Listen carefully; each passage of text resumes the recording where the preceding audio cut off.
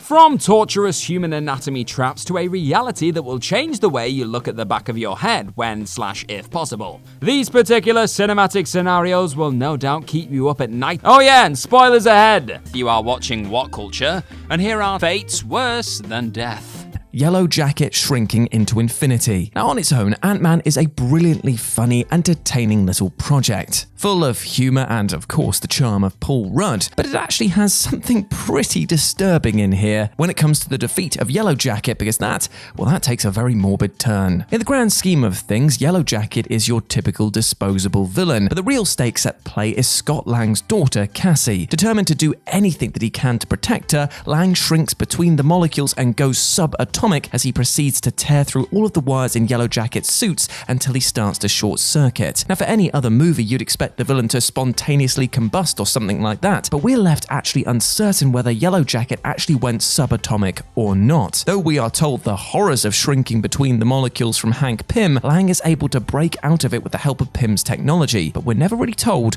what became of the villain. Destroying everything you care about based on a lie. Anakin's long fall to the dark side of the Force came with manipulation and an already inbuilt anger management issue, born from his years as a slave on Tatooine. Later on in his life, he manages to return to his home only to find his mother in her final moments, leading to his very first slaughter of not just men, but women and children too. In that moment, the first shreds of his humanity are lost. Through his troubled years, Padme grew closer to him, coming to even love him and he her.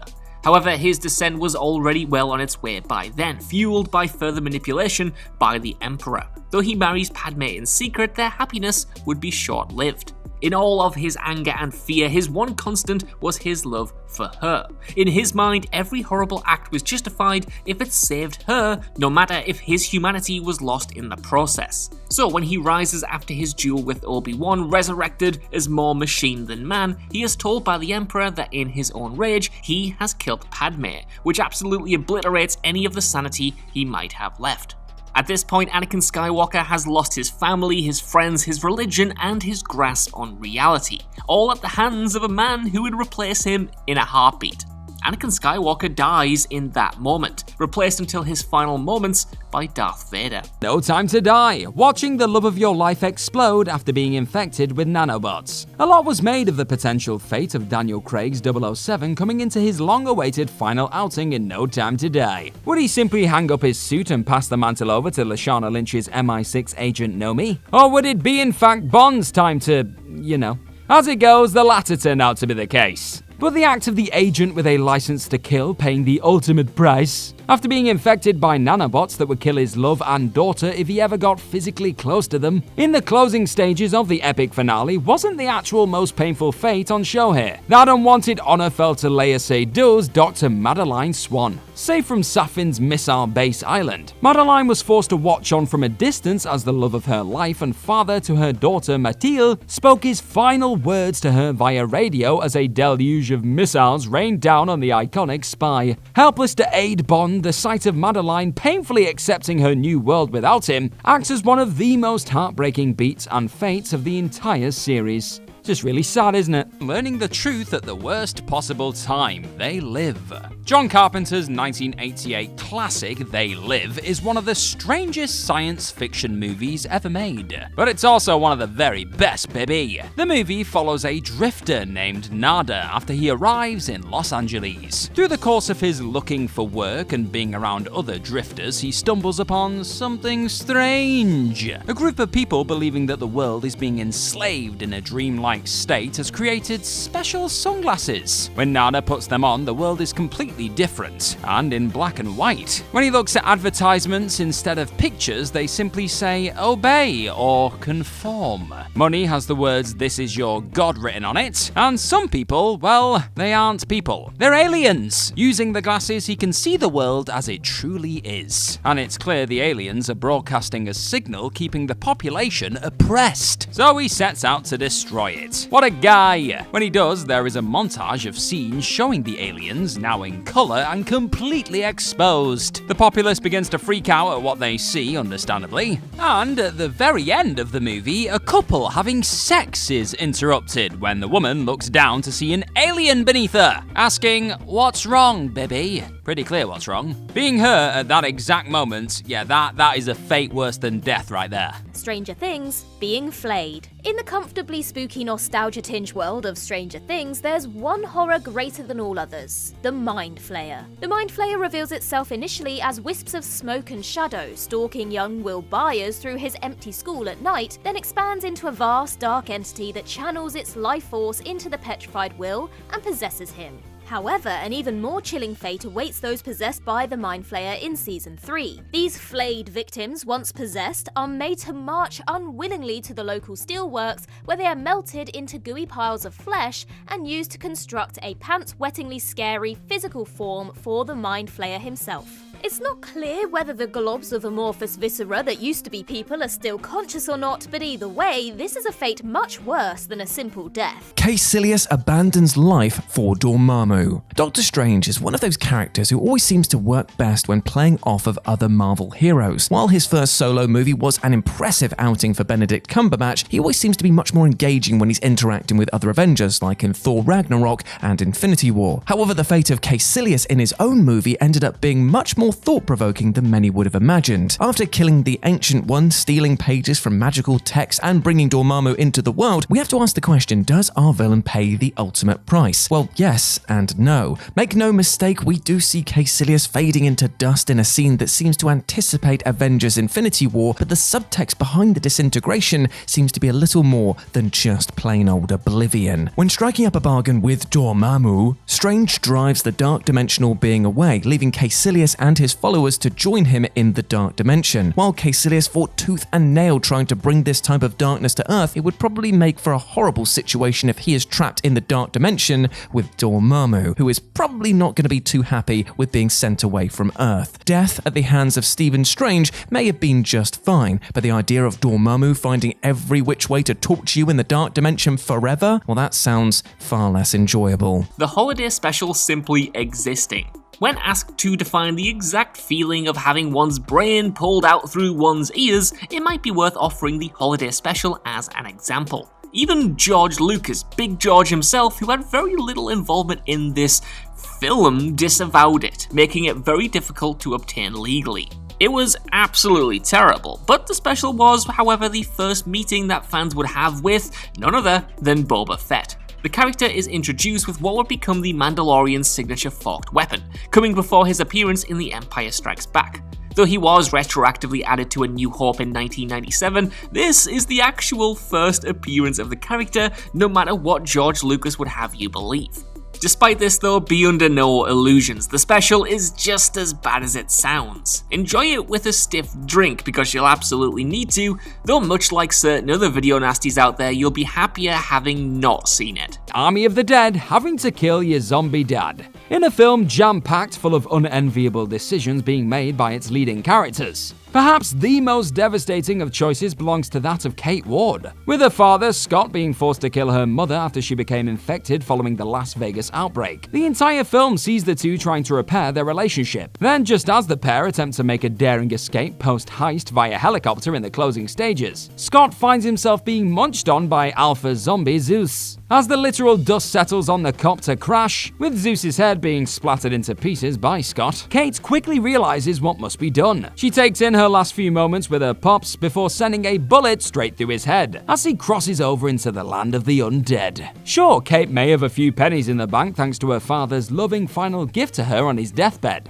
but the reality of having to violently kill her own dad isn't one you'd be in any rush to experience. Not knowing who you are, Dark City. 1998's Dark City has one of the best twist endings in all of science fiction, but that glosses over something horrible that is revealed through the course of the film. The movie begins when a man wakes up in a hotel room, but he doesn't know who he is or how he got there. In the room is the body of a sex worker, and he must learn who he is and whether or not he was responsible for the woman's death. As he works his way back to try and discover more about himself, he is chased by strange, pale men. These men turn out to be the ones behind everything going on in the city, which stops at midnight every night and is reshaped by the strange beings, who turn out to be aliens inhabiting the bodies of the dead. Alright? They are looking for something, and when they find it in the man, it spells their destruction. The twist comes when it's revealed that the city is actually a spaceship, and the inhabitants were abducted at some time in the past. Their memories had been erased and rewritten night after night, meaning none of them knew who they were, where they came from, or how to get home. That does not sound like fun, does it? Primeval, marooned in the Pliocene epoch. Back in the day, Primeval was an excellent source of family-friendly Saturday night entertainment. You could sit back, relax, and watch a bunch of soldiers and scientists protect 21st century Britain from an invasion of dinosaurs and other prehistoric creatures. Brilliant! Oh, and you could also witness a character you'd grown to love over the course of a season getting stranded millions of years in the past with no way of returning home. ARC team leader Danny Quinn travels back in time to the dawn of humanity in order to prevent rogue scientist Helen Cutter from poisoning the first humans, thus ensuring the human race never evolves. Danny succeeds in his mission, killing Helen by getting a velociraptor to punt her off a cliff. But the downside is he gets trapped in the past when the wormhole that's supposed to take him back home abruptly closes before he reaches it. We only briefly see Danny's reaction, but it's one of utter desperation and fear, knowing that he is trapped out of time forever. You'd almost rather the raptor had knocked him over the cliff as well. Emile Blonskys' eternal abomination. The Incredible Hulk seems to be one of the outliers of the MCU. While movies like Iron Man set the franchise off on the right track, this is one film in Phase 1 that seems the most out of place when compared to something like Thor or Captain America. Even though it has its spotty moments, the film didn't skimp out when it came to giving us extremely dark material, as throughout the movie, Bruce Banner is constantly on the run from government forces who see him as a destructive monster. Though Banner does his best to try and control his inner rage, military officer Emile Blonsky takes matters into his own hands to stop the Hulk by turning into the Abomination, with the strength and build big enough to rival our less than friendly green giant. Granted, the climax of the film does have its shining moments with two Hulk-sized beings fighting, but the repercussion of Blonsky's actions here are a lot darker than you might think. As opposed to Bruce Banner's tendency of using the Hulk mode like an on-off switch, the Abomination is arrested and unable to return to his natural human form. Banner may have to live with the trauma of being half monster at all time, but Blonsky, well, he is all monster all the time. Spider Maul. Darth Maul has had a very unlucky streak in his career. I mean, being partnered with Darth Sidious didn't do him many favours, to be fair. Although he managed to kill Qui-Gon Jinn in one-to-one combat, Obi-Wan outmaneuvered him, grabbed a lightsaber and chopped the dude in half, sending him hurtling down the reactor shaft on Naboo. That should have been the end of it, but he survived. He is then lost to insanity for a time, ending up on a junk world. Though his lower half is somewhat restored to him, he is from that point both at times directionless, his dealings with the Sith would dwindle, and extremely dangerous, consumed by revenge. His final hour comes again at the hands of Obi-Wan, though years have passed with Maul's life being full of hate. In many ways, the existence between his first and last meeting with Obi-Wan was worse than just a straightforward death. Palm Springs stuck in an infinite time loop. Admittedly, the closing stretch of this romantic comedy sci-fi mashup does see our leading lovebirds escape from what many will consider a personal hell. But for the majority of the flick, this time loop looked destined for life. Forced to wake up and experience the exact same day over and over and over and over again, Niles had learned to accept the fact that he'd never experience another day outside of Tala and Abe's wedding reception. Sarah, on the other hand, quickly realizes that this is no way to live, after being dragged into the loop, likely influenced by the fact that she is being made to wake up and live in the fact that she had slept with her sister Tala's husband-to-be Abe the night before her now forever mourning. That Niles is also frequently killed by the aforementioned revenge-seeking Roy also doesn't make for the most peaceful of repeated living experiences. Heroes absorbed by a black hole. It's a huge shame that the later seasons of Heroes were so affected by the 2007 to 2008 writers' strike, because the series' premise had so much potential, and season 1 was so promising. That doesn't necessarily mean that later seasons don't have a handful of good ideas, they're just all buried under the overwrought plot lines and nonsensical character arcs. Take for example Stephen Canfield's Vortex creation power in Season 3. This superpower grants Stephen the ability to manifest swirling vortices wherever he wants, and these vortices act as miniature black holes, sucking in and absorbing anything and everything within range. It's a fantastic idea for a chaotic and unpredictable superpower, but there's also an element of spine-chilling horror to it. Just where do these black holes lead? Another dimension? An endless void? Instant death? Either way, it's terrifying to think about what would happen if a person got absorbed into one. Even more so when Stephen seals his own fate by absorbing himself into his own vortex. Hawkeye's internal trauma. The Avengers were dealt quite a heavy blow by the end of Infinity War, weren't they? As most of our favourite heroes lay broken and bruised on the battlefield, Thanoss was able to get his way and erase half of all living beings from the universe. Though we did see some of our heroes move on from the trauma, the heaviest blow definitely came at the expense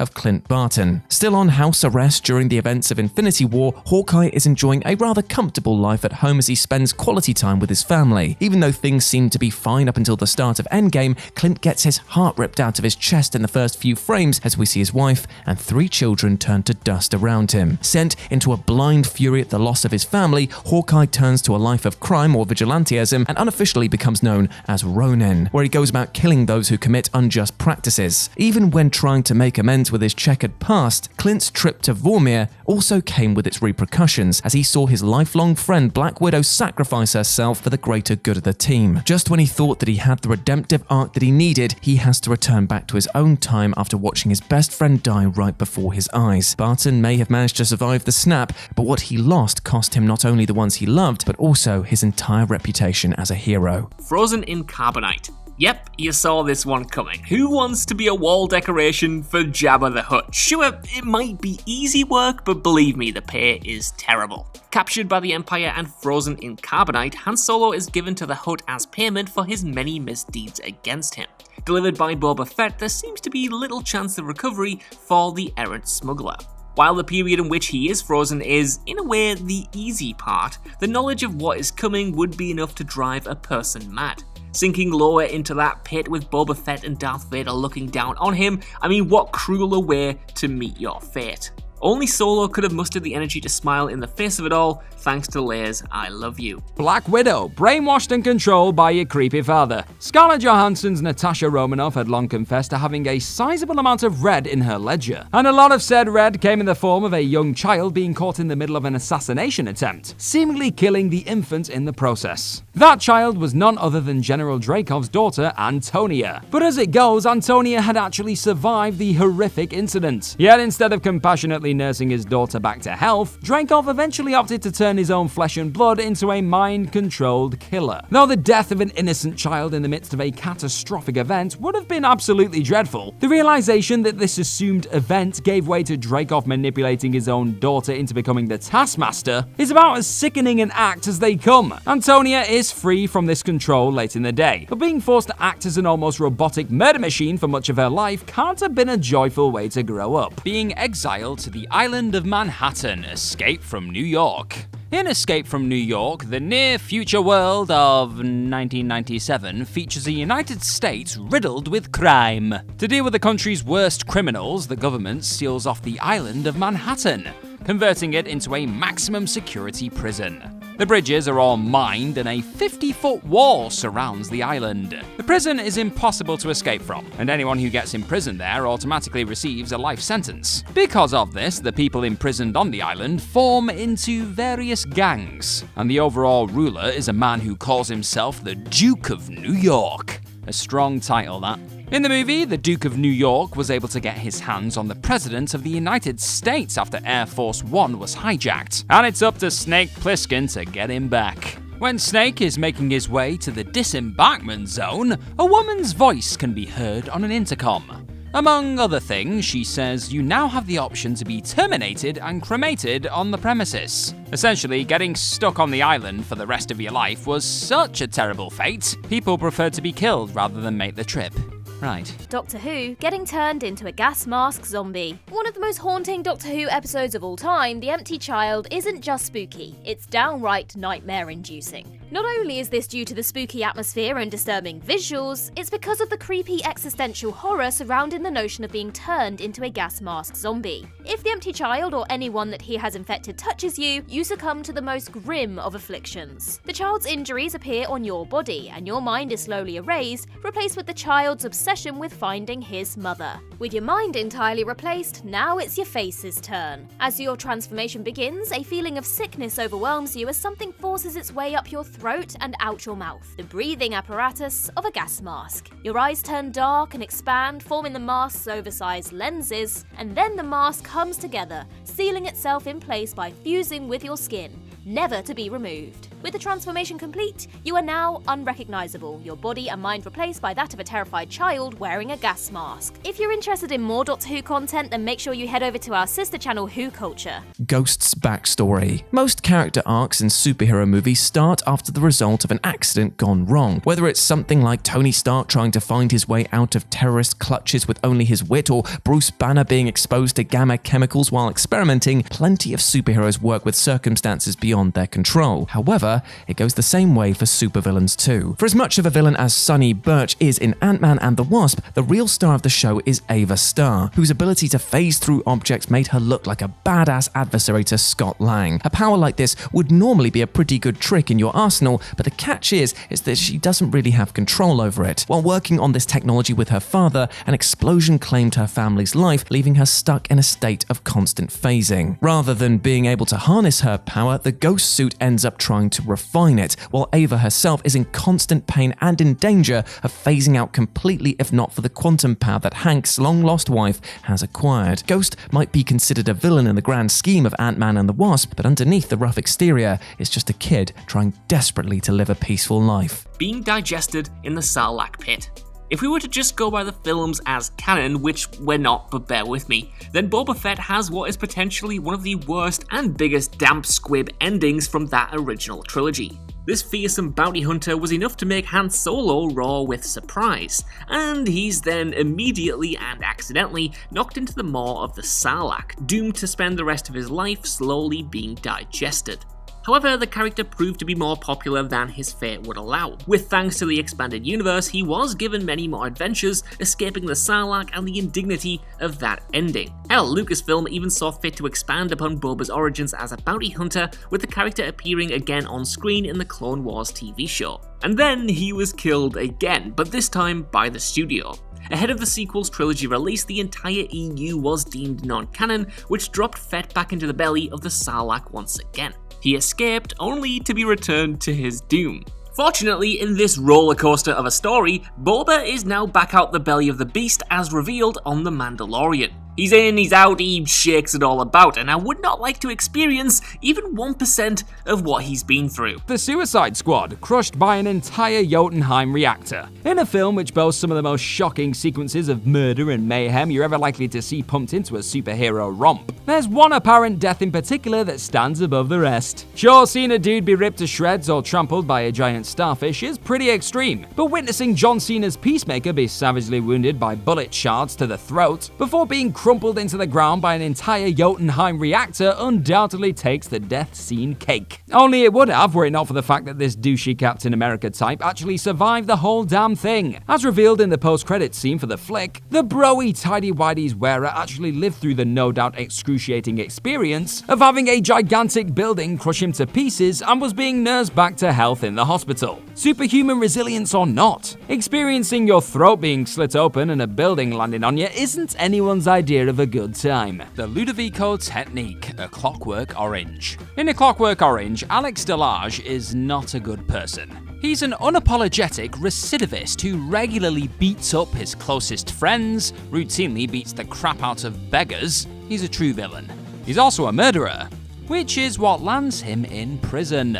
While inside, he volunteers for a new experimental form of aversion therapy, which is designed to remove the criminal desires from criminals. Alex becomes the first to undergo the treatment. which is called the Ludovico technique. While it is designed to cut crime and the cost of imprisonment, it actually does a bit more than that. Alex was forced to watch films of sex and violence, which he would normally enjoy, but the drugs coursing through his veins created an opposite effect. That, coupled with the movie's track featuring the music of Ludwig van Beethoven, causes a change in Alex. He no longer loves sex, drugs, or violence, and Beethoven's music makes him sick. The experiment effectively robbed him of his free will, and when he's forced to listen to his favourite piece of music, Beethoven's Ninth Symphony, the sickening pain drives him to attempt suicide, as death would have been a welcome release. If you're enjoying this What Culture video today, my friend, hit subscribe and there is more where this came from. One click and your life will never be the same again. Maybe. Rick and Morty being Cronenberged. First season highlight Rick Potion number 9 sees Rick create a potion by mixing DNA from various sources, which ends up turning everyone into horrific inhuman abominations, which Rick affectionately nicknames Cronenbergs. To be fair, Rick was trying to make things better, but he most certainly did not. Being turned into one of these amalgams would be an indescribably terrifying fate. You'd be completely unrecognizable as a human, irreversibly transformed into a monster with the rest of the world along with you. It's no surprise that Rick decides to abandon the situation entirely at the end of the episode and find a new dimension where he and Morty can forget that their nightmare-inducing mistake ever happened. Thanos gets what he wants, but at what cost? Out of all of the Marvel movies, Thanos has to be one of the most complex villains the audience has ever seen. Though he has been hinted at ever since his first appearances in the end credits of the first Avengers movie, his plan to tear the world down to half of its population actually sounds believable coming from his purple mug. Thanos may have accomplished his goal, but it was done at the expense of one of his greatest loves. When acquiring the Soul Stone, Thanos is told that he has to lose that which he loves in order to actually retrieve the stone. While it seems that he has no compassion for anyone in the universe, his love for Gamora does end up triumphing over everything else, leaving him no choice but to throw his adoptive daughter off a cliff ledge to her death. It's bad enough seeing your own daughter lay motionless on the snowy ground below, but things get even more heartfelt when Thanos finally snaps his fingers. Almost on another plane of consciousness, Thanos sees his young daughter asking him if he fulfilled his goal. He does seem proud of what he accomplished, but when he says that it cost him everything, it feels genuinely heartfelt. Thanos may have been set in his ways and is unquestionably a true monster, but annihilating half the universe not only marked the end of some of the Avengers, but also some of the most important people in the Mad Titan's life. Master Sifo Dyas's legacy. There's a joke to be made about having the power of foresight here. Master Sifo Dyas was gifted with this power, yet was still manipulated into destroying the Jedi Order by the Sith. That's because Sifo Dyas saw the oncoming wars in the Republic and approached the Jedi Council to commission an army. He was rebuffed and immediately kicked off the council, but he travelled to Kamino and ordered the army regardless. His project, however, was then usurped by Darth Tyrannus and Darth Sidious, who organised for Sifo Dyas to be assassinated with his ship being shot down. But his doom didn't end there. The Sith Lords then installed the Order 66 programming in the clones,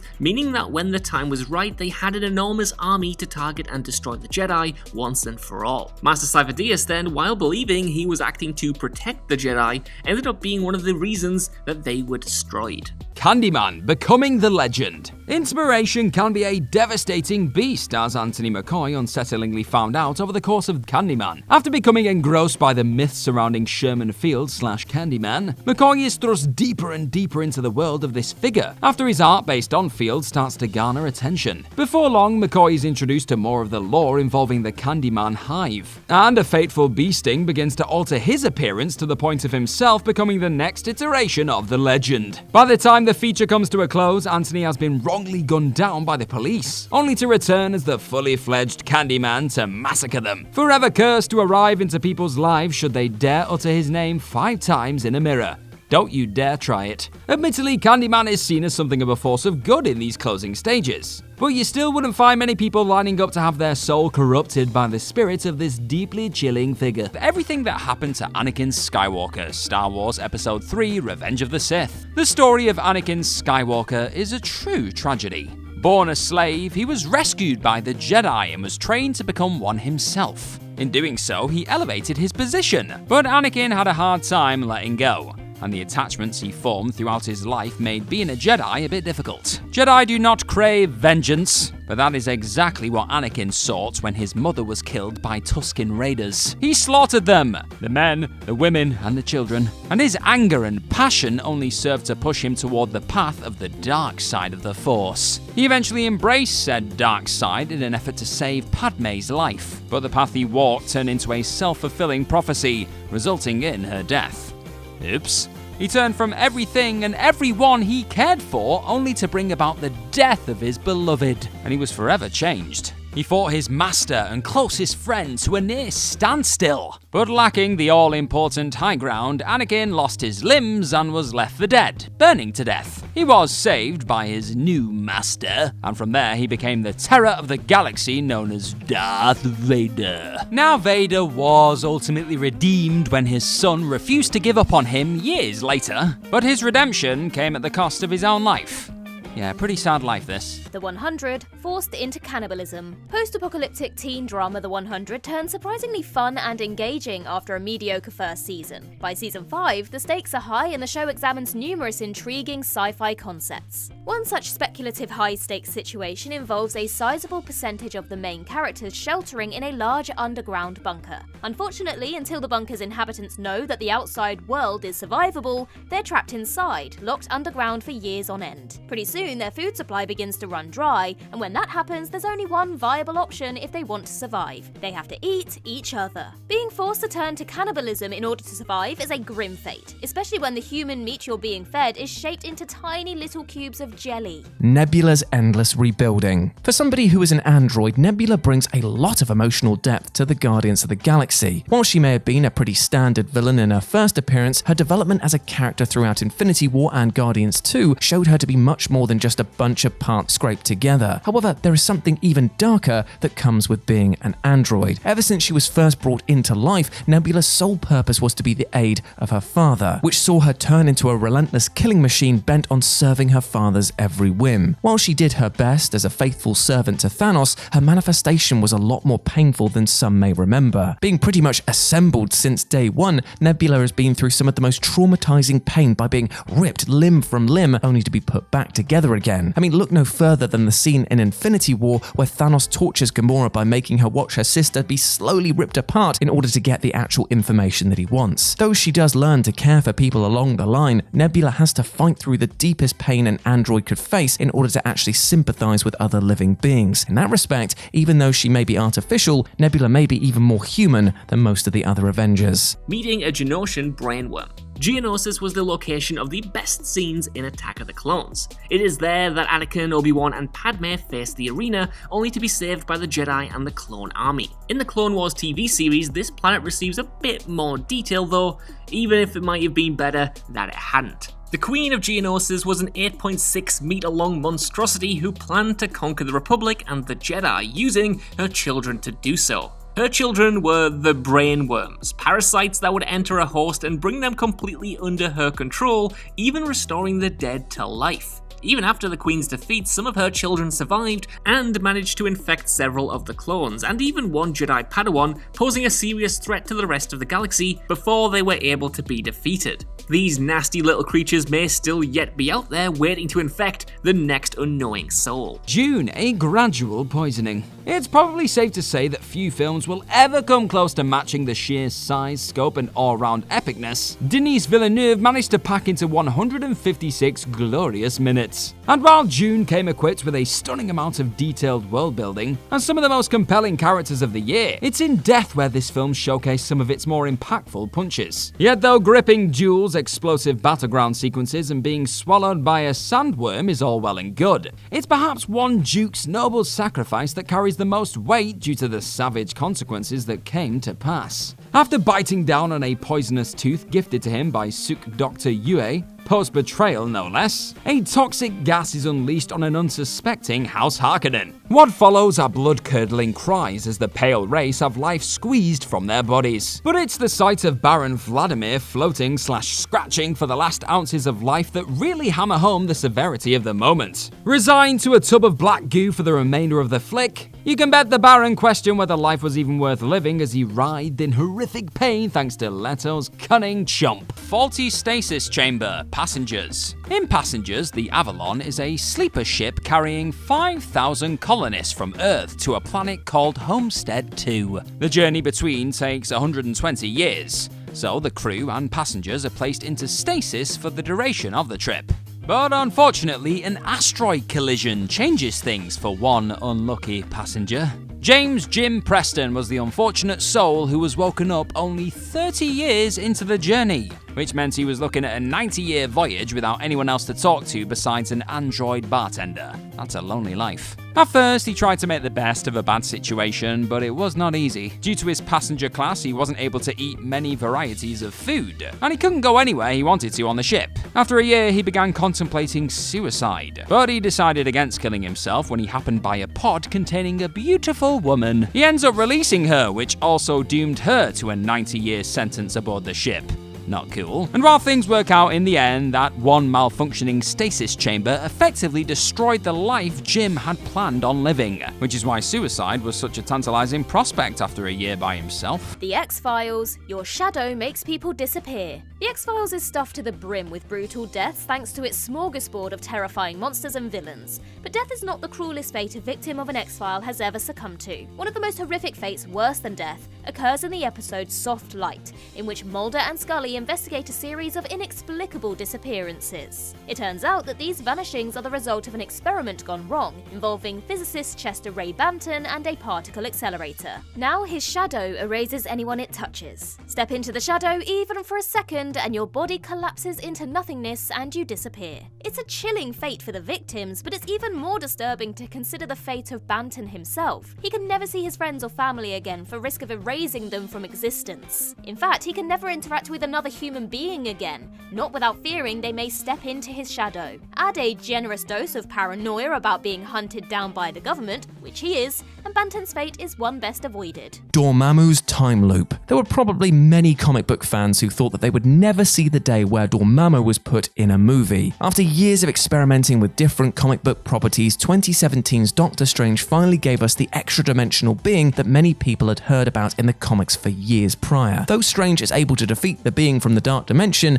what could have transpired seems far too unpleasant for words. Using the power of the Time Stone to its fullest extent, Strange uses his skills to create an endless time loop as he proceeds to keep dying over and over again, only to return, asking Dormammu to bargain once more. Though most of the scene is initially played off for laughs, the actual reality of the situation gets pretty morbid if you dwell on it for too long. Because I know, yes, at this juncture it's just an annoying wizard with chiseled cheekbones asking to bargain, but the idea of reliving the same moment over and over again for the rest of eternity would end up turning into a nightmare pretty quickly. It's even too much for Dormammu to bear, who eventually bargains with Strange to leave Earth and never return. Being Han Solo's ship for all time. L337, as played by Phoebe Waller-Bridge, was easily a highlight of Solo: A Star Wars Story. She was a loyal friend and companion of Lando Calrissian, accompanying him on their trip with Han Solo to Kessel. There she instigated a droid revolution, which ultimately led to her death. Before this death, however, in a well-intentioned act, Lando uploaded her consciousness to the Millennium Falcon itself, giving her a new, albeit different life. At the very least, she would still be able to be with him, even if it was in a slightly different way than she was used to. But then he loses the Falcon to Han, dooming L337 to be his navigation system until a day in the future when the ship may be destroyed. For a droid who was as passionate about the freedom and rights of all droids, becoming Han Solo's ship is not quite the career step she might have wanted. Old, brittle bones are not to be scoffed at. Over the course of M. Night Shyamalan's latest attempt to keep us up at night, a group of unfortunate folks wind up on a beach which just so happens to come equipped with a rather terrifying feature. Staying on it results in you aging rapidly. 30 minutes equate to about a year to be precise. And while that alone is cause for fear and panic, the fact they also can't leave the place only dials things up a notch. Then if that wasn't enough, it's revealed that a number of the folks involved each have underlying medical issues which aren't exactly aided by the situation. Crystal, in particular, who suffers from hypocalcemia, also known as calcium deficiency, doesn't have the best of times on the beach, with her bones becoming more and more brittle and her body eventually disfiguring. This ultimately leads to her hiding away from the group in a cave. only to fall victim to her own rage at being seen by Trent and Maddox. After chasing the two and breaking all of her bones in the process, it's hard to imagine a more agonizing way to go, with death itself likely coming as something of a relief for Crystal in the end, being transformed into a cyborg RoboCop. Alex Murphy was a police officer working in Detroit when his life took something of a turn. When he and his partner happened upon notorious criminal Clarence Bodiker and his crew, he gets shot. A lot. The men gather around Murphy and blast him while laughing until finally putting one in his head. Brutal. They might have thought they were ending his suffering with that last shot, but all they managed to do was turn Murphy into a candidate for the new RoboCop program. His body was transformed by Omni Consumer Products, the private company that took over policing the city of Detroit. OCP took what was left of Murphy and ripped him apart even more. One of his arms was saved, but in the end they tore that off to add a cybernetic arm, ultimately turning Murphy into RoboCop. The newly created cyborg police officer had his memories erased, but they didn't remain buried forever. As time went by, Murphy realized who he was and what had become of him. He pined for his wife and son, both of whom believed him deceased, which, well, he kind of was. He was killed and turned into an amnesiac cyborg, which is a fate few would choose over death. Game of Thrones, the unyielding torment of Theon Greyjoy. Theon begins Game of Thrones as a ward to Eddard Stark, but his inner conflict has him trying to win back the love and favour of his dismissive and belligerent father, Balon. In an attempt to appease his father and gain respect among his fellow Ironborn, he seizes control of Winterfell, betraying the Starks who took him in as a family member. You may have thought Theon deserved punishment for his betrayal, but the hell he endures is far beyond reasonable. He is betrayed by his own men and captured by the malevolent and relentless House Bolton. Locked in a cell in an unknown location, he meets his captor, the sneering Ramsay Snow. Here, Theon is tortured, castrated, mocked, belittled, bullied, and generally reduced to a shell of his former self. For a while, he wished he was dead, but thankfully he manages to return somewhat to his former self and redeem his misdeeds in later seasons. Bucky's mind control. Throughout every one of Captain America's movies, it all seems to come back to the Winter Soldier. For as much destruction as Bucky Barnes has brought about to the world as a killing machine, Steve Rogers is always willing to lay down his life if it means protecting his friend. However, the backstory behind this second greatest super soldier is enough to leave even the hardest men in shambles. For anyone who saw the ending of Captain America's first outing, it was bad enough seeing Bucky fall to his death in the snow, but what Hydra ended up doing to him was surely even worse. Going into his mind and equipping him with superhuman strength, Bucky reappears as the Winter Soldier, acting almost as a slave to Hydra's bidding. Even when he finds compassion for Rogers at the end of his second outing, it only takes a few choice words to revert him back to the dead-eyed killing machine persona. While it may be considered a throwaway line by some, Barnes' crack that he can't control his own mind is a lot more emotional than many are willing to give it credit for. It might be awesome to see Bucky kicking ass with his best friend again, but given all the turmoil that he's gone through, it may have been better if he was just left in the snow all of those years ago. The Decraniated. Think the Borg, only worse. The Decraniated were a class of slaves that had their humanity wiped from them by Dr. Cornelius Everzan. He was experimenting with cybernetic enhancements on the poor souls who fell under his knife, resulting in the horrors befalling these workers. Dr. Everzan may be best remembered for telling a young Luke Skywalker that neither he nor his companion liked the farm boy very much, but even Skywalker didn't know how close to pure madness he had come that day. Everzan had been a brilliant cosmetic surgeon before his own disfigurement, sinking into a pit of evil experiments after that. The Decraniated were just one of his horrors. They were seen in Jeddah City before the city itself was destroyed by the Death Star, although they remained in service in other various areas after this. However, there was no hope of recovery once a person was recovered. They were just mindless and bound to serve their master, a walking corpse by all accounts. Whether they were aware of their predicament is uncertain, though one sincerely hopes not. Spiral, the Tongue Trap. Despite there being talk of the universe being sent down a different route entirely, fans were likely still counting on a boatload of horrific trap-induced murders. And sure enough, Spiral delivered one of the most shocking Saw visuals ever before we'd even got a chance to be turned off our popcorn. After chasing down a thief and ending up down a sewage pipe, Detective Marv Boswick is soon jumped from behind by someone wearing a pig mask. When he wakes, you can imagine his shock when he realizes he's been left dangling above a train track by his damn tongue. Being given the choice to rip out his liquor flicker and live or dangle and die when the train arrives, the sheer torment of the scenario alone makes death look like a day at the fun fair. The only thing more agonizing than the visual of Boswick squirming as he struggles to decide what route to go down is the sight of him simultaneously being thoroughly splatted and having his tongue ripped from his person to kickstart this Chris Rock starring roller coaster, becoming a victim of the Pax Serenity.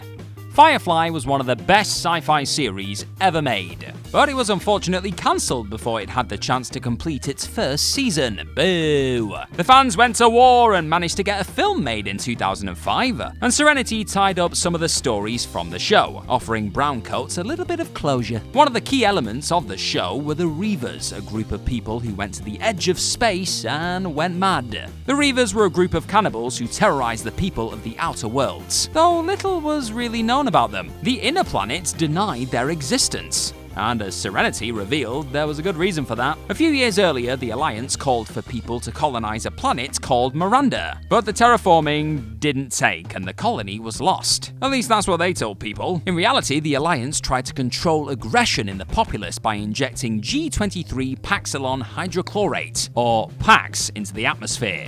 It ended conflict for the vast majority of people, who simply stopped doing anything to the point of dying where they sat. A small portion of the population had an opposite reaction though, turning into Reavers. The drugs robbed them of their humanity and turned them into monsters, who, had they been able to think clear thoughts, would have envied the dead. Torchwood, abducted by aliens and used as drugs. Doctor Who's spin-off show Torchwood was a little silly for its first couple of seasons, but all of a sudden, in its phenomenal third season, it got properly dark and disturbing. Earth is invaded by an unnerving race of aliens known only as the 456. They promise to leave the planet alone if the world's governments hand over 10% of every country's children. It turns out that the 456 have been to Earth before, and they abducted several children at the time. They've brought one with them now, as seen when a brave cameraman enters their isolation tank. The child is hooked up to a series of tubes and machinery, and they're completely unrecognizable as human, a withered grey husk.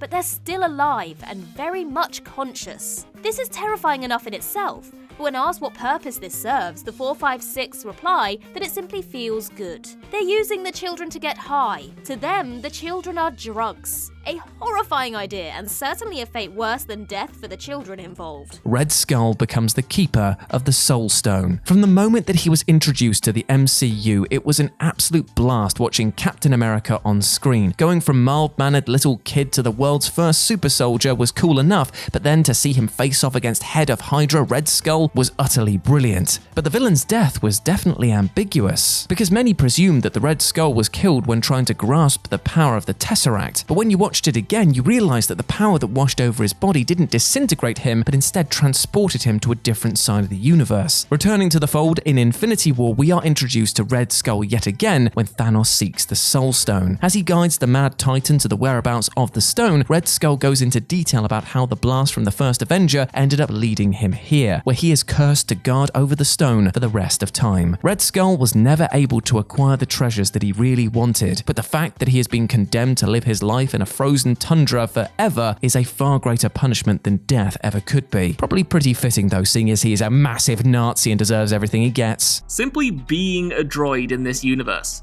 Slaves, property, there to be beaten and abused. Seriously, is there any reason to live when you're a droid in the Star Wars universe? Even worse, the droids are clearly depicted as being sentient throughout the series, but they are still bartered for and sold, and even tortured, because yes, droids can feel pain. Just ask that droid who got its feet branded in Return of the Jedi. Why this added detail was deemed necessary to include in the franchise by anyone is frankly a mystery, as there is never any sign from any of the characters that there is a wish to change the status of droids in the galactic hierarchy aside from L337. Frankly, had the droid armies of the Separatists had free thoughts, one wonders if they might not have been more than justified in slaughtering the slavers of the galaxy. Malignant, being controlled by a conjoined tumor/twin. That title alone is enough to elicit head scratches from even the most passionate of horror fanatics. But for those who haven't had the pleasure of taking in James Wan's creepy offering, you're in for a disturbing treat with Malignant. Madison Lake begins the film dreaming about various people, her abusive husband included, being murdered, only for these acts to later reveal themselves as having actually happened in real life. As the story unfolds, it soon becomes clear that Madison's imaginary friend Gabriel, along with being the murderer in question, is actually something far more surreal. Emily May is revealed as Madison's original birth name, and Gabriel is actually her twin brother who lives within her as a teratoma. The aforementioned abusive husband slamming her head into a wall resulted in Gabriel being awoken, and now able to possess Madison's frame and commit despicable acts, all while his sister is initially helpless to stop him. All seems somewhat well as the film ends though, with Madison finding the inner strength to finally overcome her internal twin. But wandering around with the knowledge of your brother being literally buried into your skull is enough to warrant more than a few sleepless nights. Becoming a human fly. The Fly.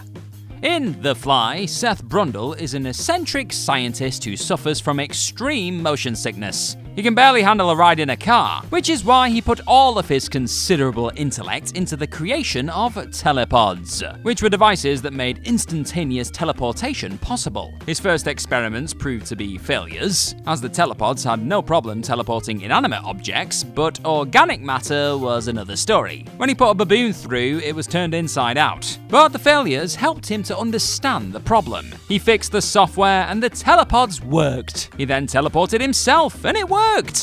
But he had a passenger. Uh-oh. Unbeknownst to him at the time, there was a housefly inside the telepod with him, and when he teleported, he absorbed the fly's DNA into his own. At first, he felt great and had improved sexual virility and strength. But it wasn't long before he began to mutate. He slowly loses his human features to become a gigantic amalgamation of a human and a fly, and it's really disturbing. He eventually gets himself fused with a metal door and some cabling, which is when he begs for death. But most people would have likely called it a day when they started puking acid all over everything. Yeah, that probably would have done it. Black Mirror, Eternal Torture. White Christmas is an episode of Black Mirror that revolves around a revolutionary sci-fi technology known as cookies. Cookies are digital consciousnesses, essentially virtual clones of real people. One of these cookies is of the episode's main protagonist, Joe. But we don't know this until the end of the episode. Cookie Joe is being interrogated about a murder that the real Joe committed, having been manipulated into recounting his story in the virtual setting by the charming Matt. Having received his confession, a police officer decides to torture Cookie Joe, despite Cookie Joe having done nothing wrong as he only came into existence at the start of the interrogation. The officer sets Cookie Joe to experience time at the rate of 1,000 years in the virtual world for every minute in the real world. All the while, the song I Wish It Could Be Christmas Every Day plays incessantly on loop. There's no escape for Cookie Joe. Looking out of the window of the cabin he's locked in simply shows the inside of the very same cabin through a blizzard in a snow globe.